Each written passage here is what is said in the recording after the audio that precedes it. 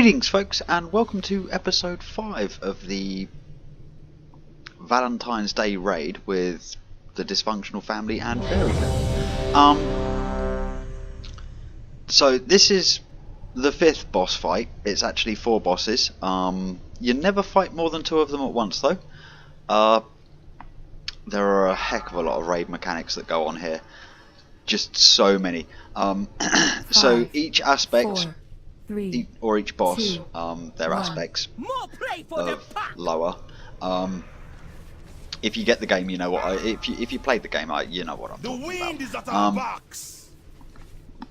Each of them has a wrath. You're going to see the first one happen pretty shortly, along with a lot of boss effects. It's got some polymorph type abilities, which you've just seen go off there. And effectively, we're DPSing down the bosses. The tanks have the tank switch as well, due to debuffs. They can't stack them up too high. Obviously, we've got Gonk first, so some ads spawn. No escape for you. I'm just doing some helpful knockbacks there, just keeping things crowd controlled. Because ads have to die as quickly as possible. We refocus back onto the boss. He's at 50%, or the first boss. He's at 50% already. To be honest, this is actually going pretty well. I get a hex on me, or a polymorph, as you can see, and I just go back to where I think the boss is gonna be, and he is pretty much where I expect him to be, which is nice. Goes pretty well there for me, if I'm honest. I'm able to get under the boss and avoid the huge or the bulk of the AoE damage, whilst continuing to keep Paku DPS'd. I get polymorphed again. It happens to me quite a few times during the fight. There's nothing you can do about it. It's like just avoid everyone, just not be near anyone else when it runs out. So yet again, we've got more ads. I'm just looking around for targets, because obviously one of them, the boss transformed into a raptor, and it's like, is that an ad? No, that's not an ad. You know? You look right at home, crawling on your belly. So refocusing back to the boss that needs to die. Rend your flesh. Just start dropping more crits on it. Obviously we're going to get another round of wind happen, but there's a lot going on at this point. And it looks like I've made a mistake there, but it's like, yeah, just don't worry, turtle. And that gives me a moment to sort of stand back, see what's going on, see if it's good to get into the ring or not, because I'm not actually taking any damage at all. It also gave you a moment to see everyone else crowded underneath the boss before it even landed, which looked very nice from that point of view. Did I do it for filming reasons? Maybe.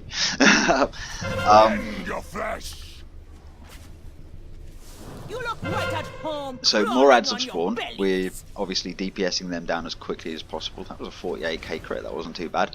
Using knockbacks again, just to keep them crowd controlled. And again, just DPSing down more ads. And more ads. We retarget. 5, 4, 3, a boss comes down. I use Aspect of the Cheetah to just get myself under it nice and quick, because obviously Aspect of the Turtle's on cooldown at the moment, so I'm not turtling through it, I'm just DPSing the boss down. Now I got Kimball's Wrath on me there and didn't realise it had happened, because there was just so much going on at that point that I'm already having to pay attention to. There is no escape for you. But it's totally fine, because Gonk's nearly dead, and the healers are amazing. I cannot stress the amount of just how awesome the healers are, and how quick they are at healing me as well. So target switch to the ads and just get a crit straight away. I get mind wiped, so I can't actually do anything until it's dispelled. Then I'm looking for another target, find a target, kill the target. Spill your blood. 5. We're focusing on Kimball now. 3, 2, 1. Then we've got Paku, and we all activate.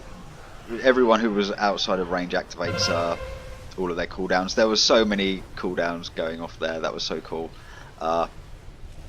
Movement cooldown. So myself and one other person, I think Fairy Tale member, we both activated nitros. Someone else activated one of their cooldowns. I think it might have been the rogue activating his dash, possibly. But either way, we all got into the we all managed to avoid the boss's AoE. Break your bones. Kimball's now at 50%, and yeah, I should have switched way sooner to that, but I get the knockback in. I get mind wiped again. Little breaks in DPS, you know. 5, 4, Whatever the hell that is, I don't want to stand in it. 1. Yeah, I stand back here because I know that I don't actually have to be in there for any craziness that's going on. Just sort of avoid it. Sometimes it's like, yeah, then I retarget the boss, continue DPS. Spill your blood. Lightning. Basically what I was doing there was I was trying to make sure that I wasn't taking damage so that the healers could heal everyone else. We've lost 1 DPS, as you can see, just because of the amount of damage we're taking at this point from all of these wrath effects. So the healers, they're amazing, but like there's only a certain amount of damage that you can heal realistically. I need a target. So we're DPSing down ads again, knocking them back. Take that down with a 60k crit, follow it up with 13k crit from an arcane shot, not bad. 2, 1. We all get into the circle, and we've got 1 left, but we've got a heck of a lot of wraths to be dealing with now. And we just carry on damaging, or from my point of view, we carry on DPSing down the boss. The healers are healing, doing their best to heal off all of the effects. I get caught by Kimball there, which is really stupid because I kind of knew who he was running towards and ran towards it in some kind of lemming suicide way. I don't know what the hell was going on there or what was going through my mind at that point. More ads spawn, and we do target switch just straight away. Dropping a trap there just to get some crowd control going. I need a target. I'm mostly just totally confused at the moment. Like, I was looking around there like, where, more ads, there's got to be more ads. No, we dealt with them really quickly. And here I've just got nothing left. I've got no cooldowns to proc, and I'm like, and then I proc my last defensive cooldown right there. Survival of the fittest. It basically just reduces the damage I'm taking by 20%, because you can see I'm taking damage there quite a bit. I'd rather it be in 4-figure numbers than 5-figure numbers, you know. Just makes the healer's job a little bit easier. Sorry guys, but we've pretty much got it at this point, and as you can see, the boss is going to go down. We don't even switch targets because we don't need to. But with that, that's part 5, and I will catch you guys later. Hopefully I'm filming part 6, possibly. Anyway, I'll catch you guys later, yeah. Or should I say have fun, play safe, and I'll catch you guys later.